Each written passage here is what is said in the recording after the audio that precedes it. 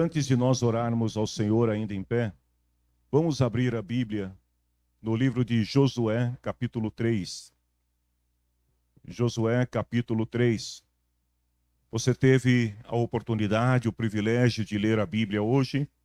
Se não teve, eu quero te convidar para que durante toda a pregação você mantenha a sua Bíblia aberta no capítulo 3 e 4 de Josué. Nós vamos ler dois versículos. Primeiro, Josué 3:1, e o segundo versículo que nós vamos ler no capítulo 4 do mesmo livro, verso 24. Diz assim a palavra do Senhor: Josué e todo o povo de Israel se levantaram de madrugada, saíram do acampamento do Vale das Acácias e foram até o rio Jordão.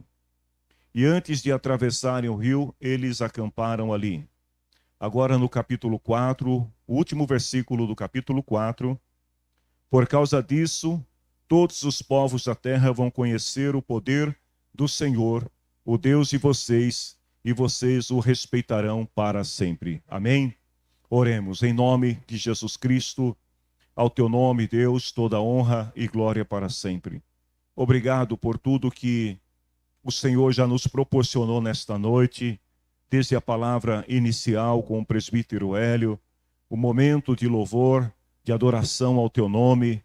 Senhor, obrigado pelos nossos irmãos e irmãs que se esforçaram e se dispuseram a estar aqui nesta noite para prestar este culto em tua honra. Eu oro também por aqueles que não puderam estar conosco, mas estão acompanhando esta reunião de diferentes lugares. Eu peço, Senhor, sobre todos a tua bênção e rogo também a ajuda, a inspiração, a direção do teu Espírito Santo na minha vida para que eu possa, Senhor, transmitir uma boa palavra ao coração do teu povo e que todos nós, Senhor, a tua igreja, todos nós possamos ser edificados nesta noite mediante a tua palavra. Em nome de Jesus, amém. Podemos assentar. Meus queridos irmãos, eu lembro-me de já ter dito isso aqui uma vez, que o livro de Josué, ele é um livro que fala sobre liderança. É também um livro que fala sobre a fé em ação. As histórias que estão registradas no livro de Josué é a continuação, a segunda parte da jornada de peregrinação dos judeus pelo deserto em direção à terra prometida. Primeiro Moisés e depois Josué. E todo o livro de Josué traz algumas lições, alguns ensinamentos muito importantes para a vida da igreja sobre aquilo que Deus pode fazer quando nós acreditamos a nossa fé nele, quando nós confiamos no Senhor e obedecemos a sua voz.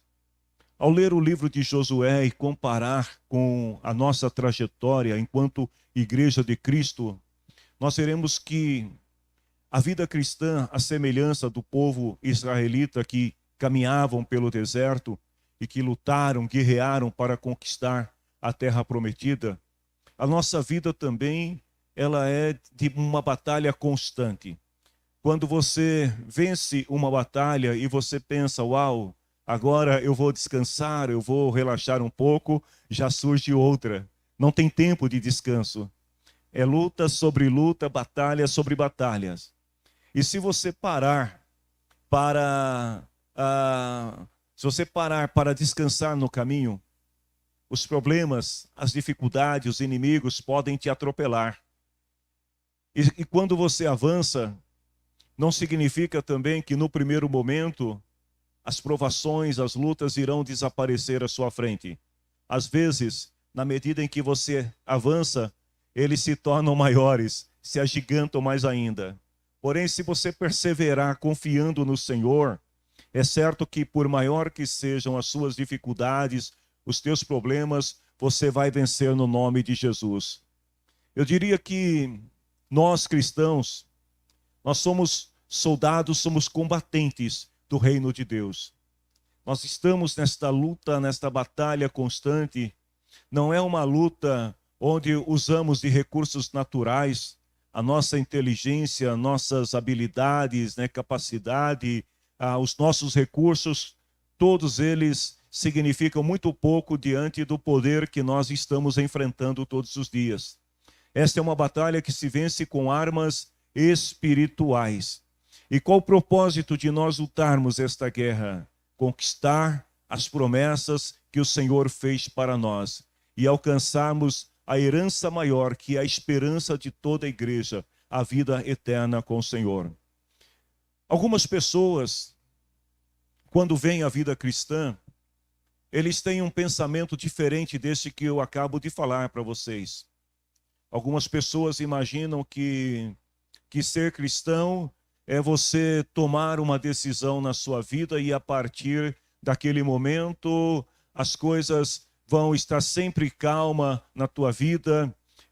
Eu diria que tem pessoas que a vida deles é como uma canção de uma só nota. Eu estava até tentando encontrar alguma música que eu pudesse exemplificar, mas o máximo que eu encontrei foi o hino 15 na harpa cristã, que começa numa só nota, mas depois ele também tem que saltar para outra, senão a melodia fica muito sem sentido. A vida de algumas pessoas é como uma canção de uma só nota. Nunca muda, está sempre do mesmo jeito, na mesma situação. E essas pessoas, geralmente, eles pensam assim, que uma vez salvo, pronto, já está tudo resolvido, já estou garantido, já comprei o meu passaporte para o céu e agora é sentar na rede e esperar o dia tão glorioso quando o Senhor irá chamar para as mansões celestiais. Mas isso não é verdade. A salvação é o início de uma jornada rumo ao céu. No dia em que cada um de nós aqui aceitamos a Cristo, entregamos nossas vidas ao Senhor, nós iniciamos uma jornada, uma caminhada. E esta caminhada ela só termina no dia em que nós cruzarmos os portais celestiais e alcançarmos as mansões que o Senhor preparou para nós. A saída do Egito, quando o povo sai do Egito em direção à terra prometida, na verdade aquele foi o primeiro passo que os israelitas estavam dando em direção ao que Deus tinha lhes prometido. Ou seja, sair do Egito, por mais difícil que possa parecer, não era tão complicado e tão difícil quanto os desafios que eles teriam à frente até chegar na terra prometida. Lá em Josué, capítulo 13, versículo 1, o Senhor diz para Josué, quando ele já estava avançado de dia, já estava velho, e já tinha entrado na terra prometida, já tinha conquistado muitos territórios, a palavra do Senhor diz que Deus falou para ele assim: Josué, você já está ficando velho e ainda há muita terra para ser conquistada. Ou seja, não tem como parar. A nossa vida é uma vida de realizações, de constante mudança, de constante movimento em todo o tempo. E Deus continua sendo o mesmo. O Deus que falou com Josué, o Deus que guiou o povo pelo deserto durante o tempo em que Moisés os liderou, o Deus que guiou o povo enquanto Josué os liderou, também esse Deus não mudou. Ele continua sendo o mesmo. As pessoas podem mudar, até mesmo os crentes podem mudar, mas Deus, ele nunca muda, ele continua sendo o mesmo. E lá em Josué 21, 45, a palavra do Senhor diz assim, que tudo o que Deus prometeu que iria realizar através dos israelitas, ele cumpriu. Também em Josué 23, 14, novamente, quando Josué já estava, agora não velho, agora ele estava mais que velho, porque ele já estava à beira da morte. Então ele reúne o povo para se despedir do povo, e ele diz assim para o povo: a minha morte está perto, todos vocês sabem, no seu coração e no seu íntimo, que o Senhor nosso Deus lhes deu todas as coisas boas que haviam prometido. Ele cumpriu tudo, não falhou em nada. Deus não falha, Deus não muda.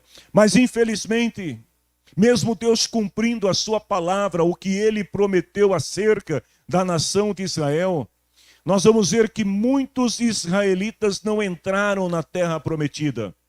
Muitos israelitas pereceram durante a peregrinação do deserto. nós vamos ver que muitos deles deixaram de visualizar pelo menos a terra da promessa. E sabe por quê? O escritor aos Hebreus capítulo 3, versículo 19 diz assim, que eles não puderam entrar na terra prometida porque não tiveram fé. A ausência, a falta de fé no coração daquele povo durante o período da peregrinação impediu que muitos deles conquistassem a promessa de Deus. Algumas lições que nós aprendemos desses 2 capítulos que nós acabamos de ler. E se você desejar, quando chegar em casa, leia com mais atenção, e eu tenho certeza que a palavra do Senhor vai revelar muito mais coisas ainda ao teu coração acerca desta palavra. Do capítulo 1 até o capítulo 4 de Josué, nós temos o chamado de Josué, nós temos a preparação do povo para conquistar a terra, e temos no capítulo 3 e 4 a passagem do povo quando eles então deixam o passado para trás de peregrinação e cruzam as águas do Jordão em direção à terra prometida. Mas voltando ao capítulo 3, no primeiro versículo que nós lemos, a palavra diz que o povo estava à beira do Jordão. O povo estava cumprindo os 30 dias de luto depois da morte de Moisés, e assim que passou aquele período, o povo então se mostrou bastante apreensivo, porque eles estavam numa área de bastante perigo, eles estavam à beira do rio, e havia muitos inimigos naquela região que poderiam vir e guerrear contra o povo, e eles não estavam tão preparados assim para o enfrentamento dos inimigos. Então o povo está parado à beira do Jordão, e eles olham para o rio e veem do outro lado do rio a terra que Deus prometeu que lhes daria. Mas eles precisavam atravessar aquele rio. Porém não era algo tão simples, porque aquele tempo era um tempo de primavera, época de cheias, o rio estava transbordando. Então as margens do rio, elas aumentaram muito mesmo em relação ao seu curso natural, ao seu tamanho natural. E o povo estava bastante temeroso, então o povo está ali esperando que Josué lhes desse um direcionamento, uma palavra sobre o que fazer. Só para vocês terem uma ideia, o desafio do povo naquele momento era um grande desafio. Vamos imaginar uma multidão de 1,5 milhão de pessoas, mais os animais, mais as cargas que eles estavam carregando, como atravessar o rio de um lado para o outro com tudo aquilo em um espaço tão curto de tempo. Então o povo está ali aguardando uma palavra de Josué. Talvez alguém vai dizer assim, mas eles poderiam seguir margeando o leito do rio e quem sabe lá na frente eles conseguiriam atravessar. Mas só para você ter uma ideia, o rio tinha 190 quilômetros de extensão, então não era uma caminhada tão simples assim. Josué, o líder que foi escolhido por Deus para assumir o lugar de Moisés, ele aprendeu com Moisés como servir ao Senhor. E Josué era o tipo de líder que sempre ouvia a voz de Deus, que o direcionava acerca do que tinha que fazer. Josué não era precipitado nas suas decisões. Primeiro, ele orava ao Senhor e esperava que Deus lhe desse um direcionamento. Uma certa pessoa disse numa ocasião que ter fé não é crer apenas nas evidências, mas ter fé é obedecer apesar das consequências. O povo estava diante do rio e do outro lado do rio estava a promessa. Mas eles precisavam, de alguma forma, atravessar aquele rio. E isso nos leva à galeria dos heróis da fé, em Hebreus capítulo 11. Quando nós lemos os versículos do capítulo 11 de Hebreus, nós vamos ver que todos os heróis da fé, eles tinham algo em comum. Eram homens e mulheres cheios de fé, que ouviam a voz de Deus, obedeciam à voz de Deus e avançavam confiando naquilo que o Senhor lhes dissera. Então Josué não é diferente. Josué, ele espera ouvir a voz de Deus. E enquanto Josué não fala com o povo, não dá uma diretriz para o povo, você vai ver no versículo 2 até o versículo 4 do capítulo 3, que os líderes do povo, eles tomam a decisão à frente de Josué. Passado 3 dias que eles estavam ali esperando pela decisão. E os líderes então começam a animar o povo. A Bíblia diz assim que eles disseram: quando vocês virem os sacerdotes levitas carregando a arca da aliança do Senhor nosso Deus, arrumem as suas coisas e sigam a arca. Assim vocês ficarão sabendo para onde ir, pois nunca passaram por esse caminho. Era um caminho novo. Porém, não cheguem perto da arca, fiquem longe dela, mais ou menos a distância de 1 quilômetro. 3 coisas que os líderes fizeram enquanto Josué não fala com o povo. Primeiro, eles disseram para o povo que eles deveriam seguir os sacerdotes. Mas não era seguir qualquer sacerdote. O povo deveria seguir os sacerdotes que estivessem carregando com eles a arca da aliança. O povo tinha, em segundo lugar, que estar preparado, porque a qualquer momento Deus ia realizar algo grande no meio deles. Deus estava para cumprir a sua promessa, mas o povo tinha que estar preparado para este grande momento. E terceiro, os líderes disseram para o povo: se preparem para algo novo. O caminho que vocês vão seguir, a direção que vocês vão seguir é algo novo. Os sacerdotes vão estar à frente e vocês vão seguir aqueles que estão com a arca. A arca representa a presença de Deus no meio do povo. Então eles não deveriam seguir qualquer sacerdote. Tinha que ser os sacerdotes que estavam carregando a presença de Deus no meio do povo. E assim então o povo fez. Em seguida, enquanto o povo está se preparando, Josué então se dirige ao povo e lhes dá a primeira palavra de ordem.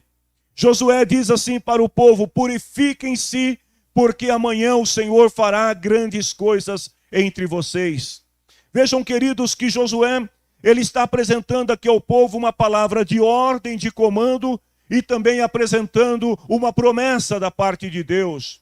Qual é a ordem de comando? Ele está dizendo para o povo que o cumprimento da promessa de Deus sobre eles dependia da obediência à ordem que estava sendo dada. E qual era esta ordem? Vocês devem se santificar. Vocês devem se purificar. Vocês devem estar preparados para o que Deus vai fazer. Queridos, vejam bem, e quando a pessoa age segundo a vontade de Deus, quando a pessoa deixa que a fé não somente a contagie, mas também dirija os seus passos em direção àquilo que Deus tem para ela, a pessoa, ela se mostra preparada para receber a bênção. Então Josué está dando esta ordem para o povo: vocês precisam se santificar, vocês precisam se purificar, porque amanhã o Senhor vai fazer coisas grandes. Josué também se dirige aos sacerdotes, aos homens que tinham a responsabilidade de carregar a arca da aliança. E ele diz para os sacerdotes: peguem a arca da aliança e vão na frente do povo. Dupla missão que Josué dá para os sacerdotes. A primeira missão é que eles deveriam levar a arca da aliança enquanto marchava. Os sacerdotes, que eram os levitas, aqueles que ministravam para o povo, que sacrificavam ao Senhor em nome do povo, eles deveriam levar a arca, deveriam transportá-la. Esta era a primeira missão deles. Josué estava dizendo para eles: vocês vão pelo caminho e vocês vão carregar a presença de Deus. Segundo, vocês vão ser um exemplo de motivação para o povo indo na frente. Imagine se Josué diz para os sacerdotes: olha, espere primeiro o povo se animar, espere primeiro o povo criar coragem, e aí quando eles estiverem prontos, aí vocês marcham junto com o povo. Os sacerdotes representam os líderes espirituais, aqueles que ministram ao povo. E Josué estava dizendo para eles: vocês vão na frente, vocês vão pegar a arca e vocês vão se levantar, porque quando vocês começarem a caminhar, o povo vai ver a motivação de vocês, o povo vai ver o entusiasmo de vocês, o povo vai ouvir a adoração de vocês e eles vão seguir vocês pelo caminho. Então os sacerdotes não podiam vacilar, eles não podiam demonstrar fraqueza diante do povo. Eles tinham que confiar nas palavras de Josué e simplesmente marchar. Assim que Josué dá as instruções ao povo e dá as instruções aos sacerdotes. Então o Senhor fala com Josué. No versículo 7 e 8, olha a palavra que Deus diz para Josué. Aí o Senhor disse a Josué: por causa daquilo que vou fazer hoje, todo o povo de Israel vai saber que você é um grande homem. Eles saberão que assim como estive com Moisés, também estarei com você. Dê aos sacerdotes que estão carregando a arca a seguinte ordem: quando chegarem ao rio, parem dentro da água, perto da margem. Queridos, vamos voltar um pouquinho na história. Quando Moisés tira o povo do Egito, e ele segue com o povo em direção ao deserto, e de repente se deparam com o Mar Vermelho. O que acontece? O povo desacredita em Moisés. O povo começa a murmurar e dizer: olha, era melhor se tivéssemos ficado no Egito, porque agora nós vamos morrer aqui pelas mãos dos nossos inimigos. E o que foi que aconteceu quando Moisés estava diante do Mar Vermelho? Êxodo 14, 31. Quando o povo viu que o poder de Deus estava com Moisés, eles temeram, creram no Senhor e também creram em Moisés. Deus coloca Moisés diante do Mar Vermelho para testar não somente a sua fé, mas testar a fé do povo também. E diante do Mar Vermelho, Deus mostra ao povo que ele estava guiando eles.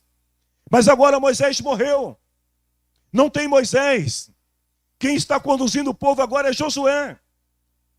Um jovem que aprendeu com Moisés, mas que não tinha a experiência, que não tinha o tempo de vida que Moisés tinha.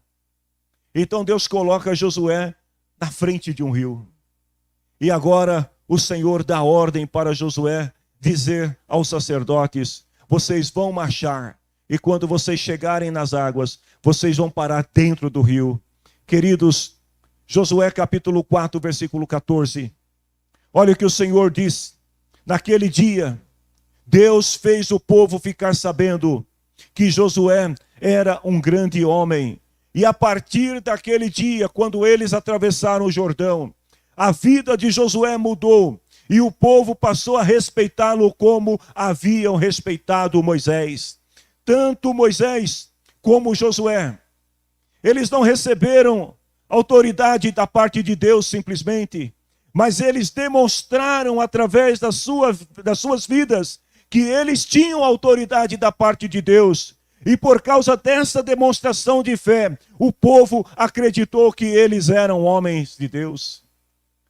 Depois de Deus falar com Josué, e ele dizer aos sacerdotes, eu fico imaginando aqui, considerando que os sacerdotes eram aqueles que ministravam as necessidades espirituais do povo. Josué dizendo para eles: olha, vocês vão pegar a arca e vocês vão sair marchando. Quando vocês chegarem na frente do rio, não é para parar. É para entrar dentro da água. E vocês vão entrar, e na medida que vocês entrarem, quando chegar lá no meio, aí vocês param. Eu fico imaginando a reação dos sacerdotes. Talvez um olhou para o outro e falou assim: se fosse Moisés, eu acreditava, mas Josué... Eles obedecem, eles não têm dúvidas. Eles simplesmente marcham.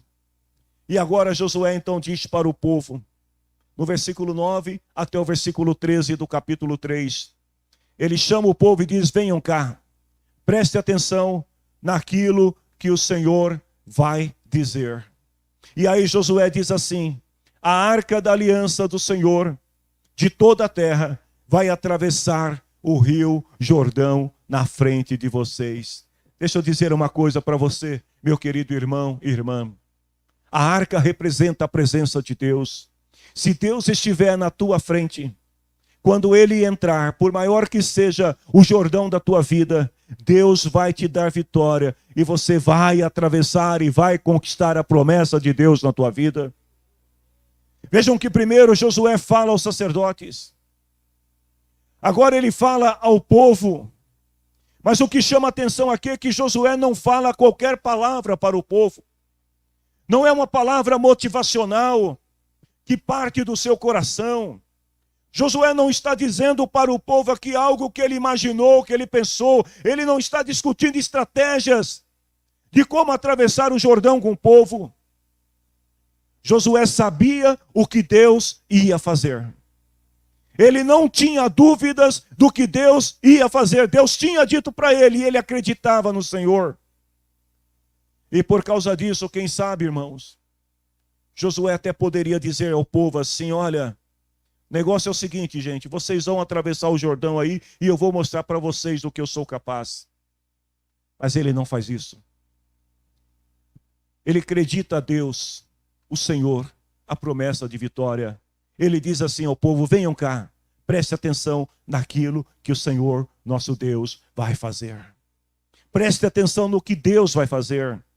Vejam que a ênfase que Josué dá na sua mensagem está na promessa que Deus fez ao povo e no seu cumprimento. Ele está dizendo para o povo: olha, nós vamos atravessar o Jordão como Deus prometeu. E nós vamos pisar do outro lado na terra que Deus prometeu. Porque Deus é fiel, Deus vai cumprir a sua palavra. E aí eu vejo uma segunda lição nesses 2 capítulos. Queridos, toda jornada de fé será sempre triunfante. Toda jornada de fé. Olha o que a Bíblia diz: era o tempo da colheita, e as águas do rio haviam coberto as margens. Eu fiz algumas buscas para tentar encontrar algumas informações mais precisas sobre as condições do Rio Jordão quando o povo atravessou o rio. E só para você ter uma ideia, o Rio Jordão, ele tinha quase 30 metros de largura. Atualmente ele tem mais ou menos 18 metros de largura. A profundidade do rio era de 6 metros. Aí alguém vai dizer assim: não era tanto. E de fato, 30 metros de largura, 6 metros de profundidade, pode não ser tanta coisa. Mas na época das cheias, como diz o texto sagrado aqui, que era a época das cheias, o rio transbordava. E aí, só para você ter uma ideia, as margens do rio chegavam a aproximadamente 1,5 km de largura. Então, de 30 metros, o rio passava a ter 1.500 metros de largura. E a profundidade do rio, que era de apenas 5, 6 metros, chegava até 30 metros de profundidade. E aí eu te pergunto, dá para encarar? Você olha e vê aquela imensidão de água, águas profundas. Mas a Bíblia diz que quando os sacerdotes colocaram os pés nas águas, no mesmo momento, as águas foram detidas a uns 30 quilômetros antes de onde eles estavam. E na medida que os sacerdotes avançavam, as águas foram baixando e de repente a terra ficou seca. O milagre depende de um passo de fé. Sem avanço não há progresso. Por isso que o tema desse ministério neste ano é avançando pela fé. Se você tiver fé para dar o primeiro passo, se você avançar pela fé, você vai conquistar o que Deus tem para a tua vida. Lá em Josué capítulo 1, versículo 3, o Senhor tinha dito para Josué: como eu disse a Moisés, eu lhes darei toda a terra que pisarem. Josué tinha certeza disso. O Jordão podia estar cheio de água, mas ele sabia que se eles pisassem naquele lugar, o Senhor haveria de fazer o milagre, porque Deus tinha prometido. Então, a cada passo que os sacerdotes davam, as águas iam se abrindo. E quando eles chegaram no meio do rio, eles pararam no meio do rio.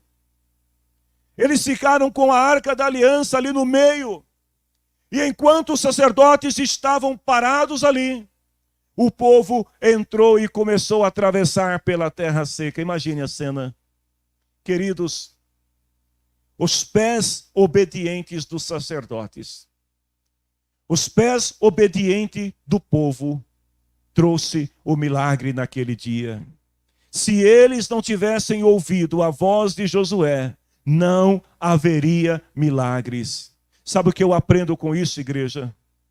Não adianta o pastor pregar, ou qualquer outra pessoa pregar, e dizer para a igreja que Deus vai fazer isso, que Deus vai fazer aquilo, que Deus vai realizar tal coisa e mais coisa, se o povo não acreditar e avançar. Se o povo não estiver disposto a se levantar e avançar para conquistar o que Deus tem, as promessas irão se perder, ninguém irá desfrutá-las. Então vejam bem, queridos, é impossível na vida cristã ficarmos parados. Nós precisamos não somente nos alimentar da palavra, nós precisamos nos apropriar da palavra e tornar a palavra viva na nossa vida pela fé, para que os milagres aconteçam.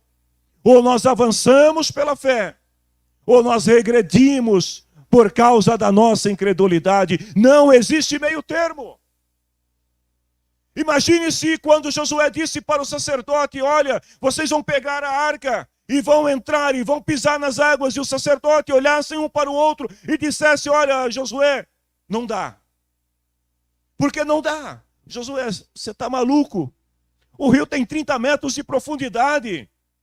Josué, você consegue imaginar a distância do rio até do outro lado, e você está dizendo para a gente pisar na água? Eu estou fora. Se o povo não seguissem os sacerdotes, se o povo não olhasse para a arca, porque a palavra foi muito clara: vocês vão seguir os sacerdotes que estão com a arca. Se o povo não olhasse para a arca, e se o povo não acreditasse na palavra do homem de Deus, não haveria milagre, a terra não teria sido conquistada, e a história de Josué e do povo de Israel teria sido um fracasso. Por isso que nós temos que manter os nossos olhos sempre na arca que é Cristo. Não podemos perder a direção em tempos de aflição, de necessidades, de luta. O escritor aos Hebreus diz no capítulo 12, versículo 2, nós precisamos conservar os olhos fixos em Jesus. Eu fico imaginando que quando o povo começa a entrar dentro do rio, eles olham lá na frente à distância e eles veem que alguém está segurando a arca. E um diz para o outro: siga a arca, olhe para a arca. Mas as águas, esqueça as águas, olhe para a arca, olhe para Jesus, meu irmão. Não olhe para as circunstâncias que estão à sua esquerda ou à sua direita, olhe somente para Jesus. A ordem de Josué para o povo incluía santificação, preparação e consagração. Uma outra coisa que me chama a atenção aqui é que o povo tinha que estar pronto para avançar. Ou seja, na hora que chegasse o tempo de Deus, que era no dia seguinte, ele disse: amanhã o Senhor vai fazer. Ele não disse: amanhã Deus vai ver quando faz.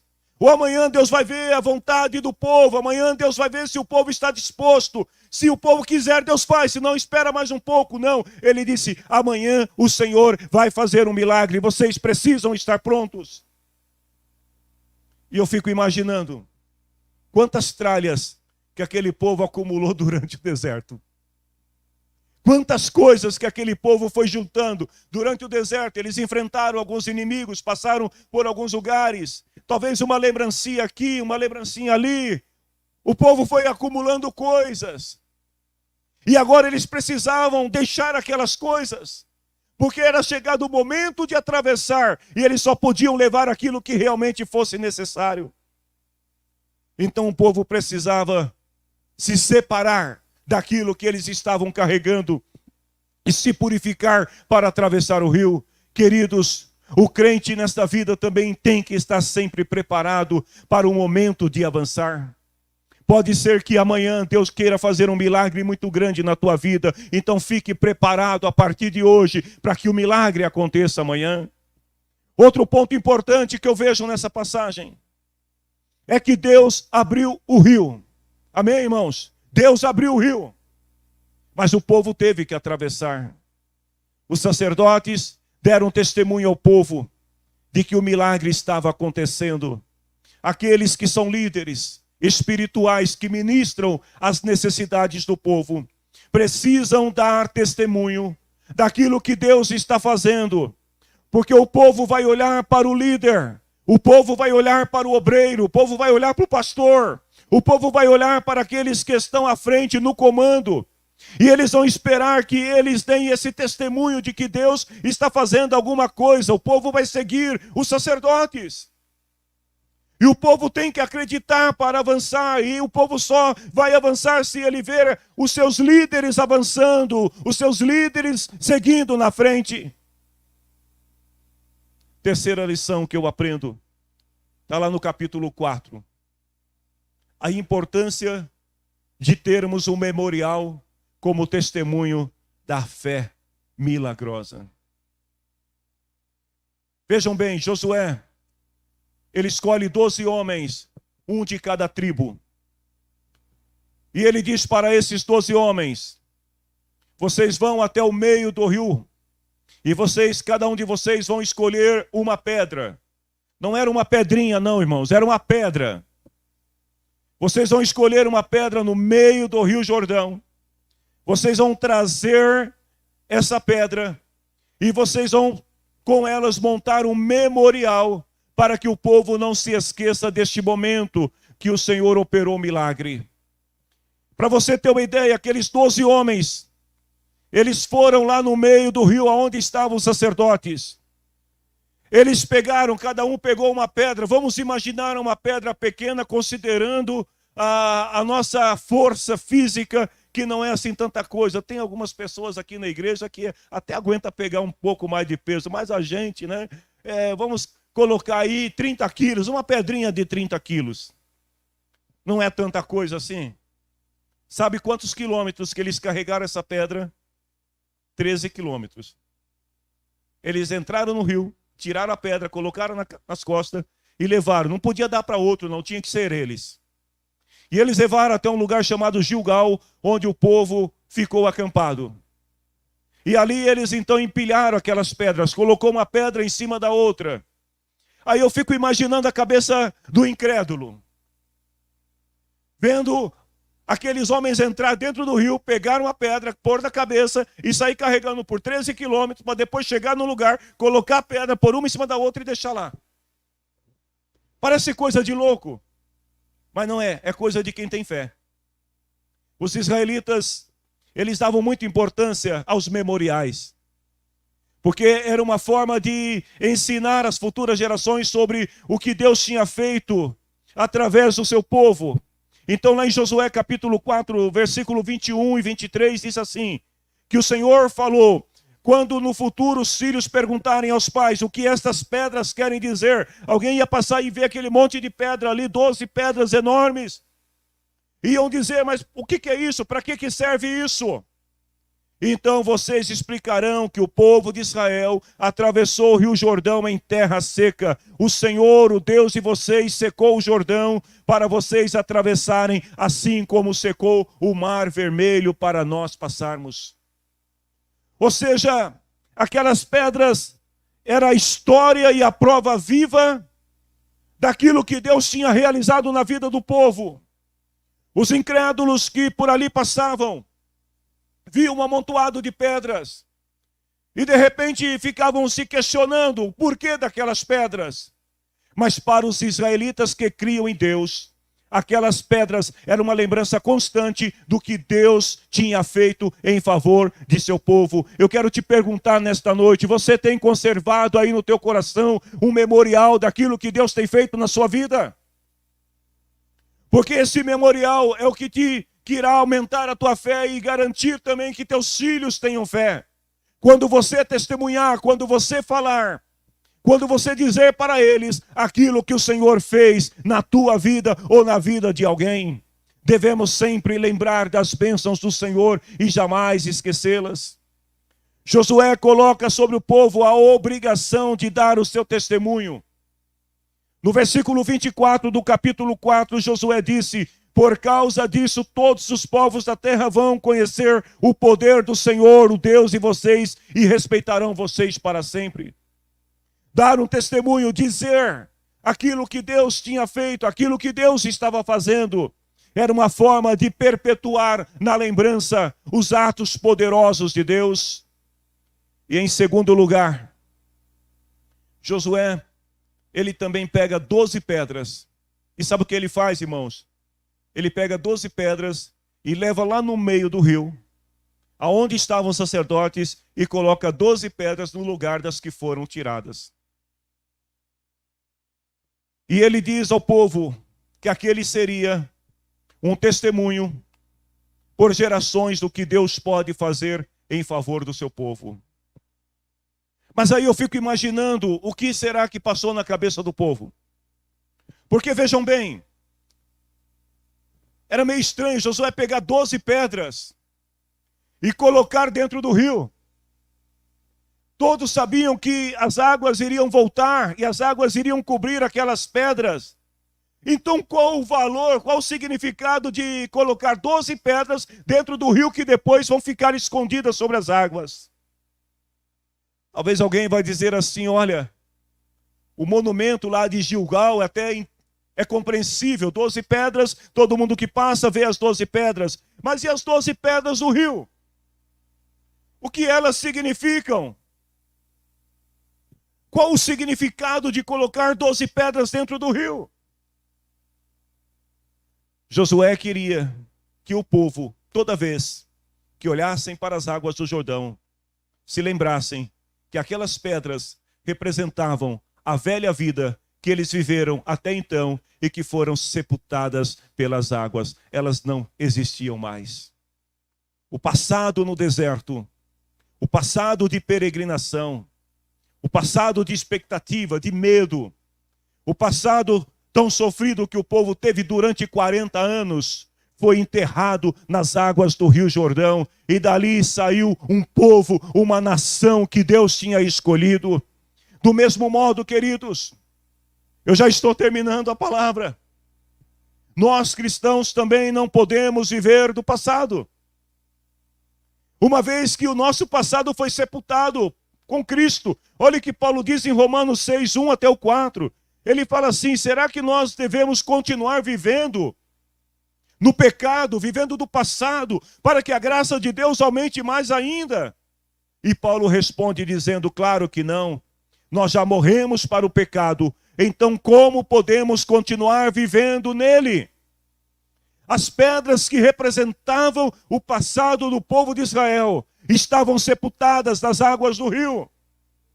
E voltando para o texto de Paulo, Paulo diz assim, com certeza vocês sabem que quando fomos batizados para ficarmos unidos com Cristo Jesus, fomos batizados para ficar unidos também com a sua morte. Assim, diz Paulo, quando fomos batizados, somos sepultados com ele, por termos morrido junto com ele, e isso para que assim como Cristo foi ressuscitado pelo poder glorioso do Pai, assim também nós vivamos uma nova vida. O passado morreu, ficou no Jordão. Quem sai do Jordão e pisa na terra da promessa, vai viver um tempo novo de Deus na sua vida. Se coloque em pé.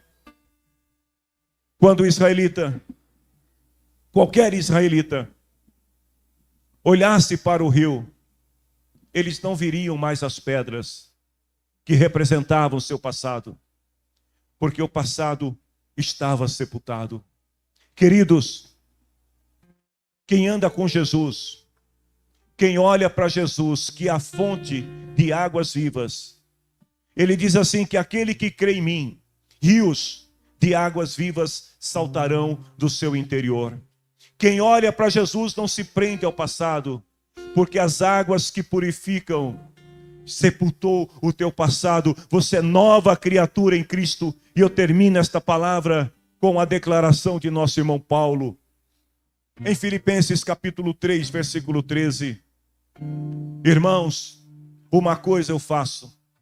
Esqueço aquilo que ficou para trás, passado, e avanço para o que está à minha frente. Igreja do Senhor, vamos avançar pela fé. Louvem ao Senhor.